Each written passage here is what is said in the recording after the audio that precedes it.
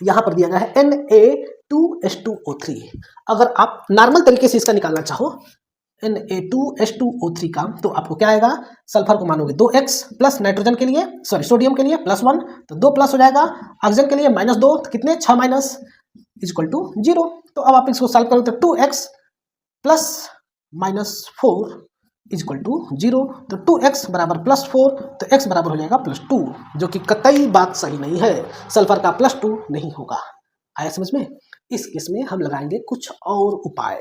इसका जो स्ट्रक्चर है वो स्ट्रक्चर अगर बनाएंगे तो वो स्ट्रक्चर इसका सही आंसर देगा। तो चलिए हम लोग इसका स्ट्रक्चर बनाते हैं। जब अगर आप लोग स्ट्रक्चर बनाओगे तो देखो, इस केस में एक होता है Na+O- टाइप का बॉन्ड, इधर भी O-Na+ होगा, यहाँ पर एक डबल बॉन्ड O होगा और एक डबल बॉन्ड S होगा, या फिर इसी को हम लोग इस प्रकार से भी दिखा सकते हैं, S coordinate bond S, O-Na coordinate bond O और O-Na, इस फॉर्म में रहता है।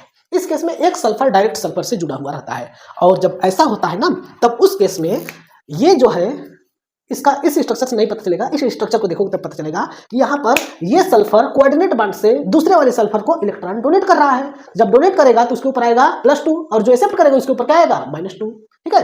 तब यहाँ पर आ जाएगा आपका -2, यहाँ पर -2 +1 आया समझ में? तब अगर इस हिसाब से सॉल्व करोगे तो इस सल्फर का, ये वाले सल्फर का ऑक्सीडेशन नंबर आ जाएगा -2, और जो सेंट्रल एटम में जो सल्फर बैठा है उसका क्या आ जाएगा, +6 आ जाएगा, क्योंकि प्लस प्लस मिल करके एक माइनस, एक दो माइनस खत्म कर देंगे, तो -2 मिल करके क्या हो जाएगा आपका, ये हो जाएगा +6।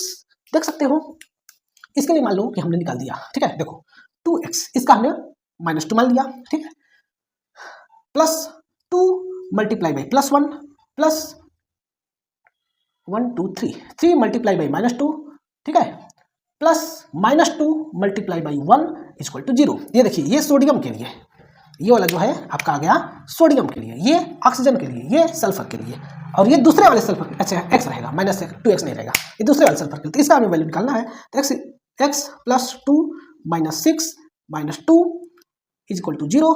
तो 1 + 2 से -2 कैंसिल, क्या बचा, सिर्फ -6 बचा, तो x बराबर उधर जाकर के +6 हो जाएगा, पक्षांतर करके।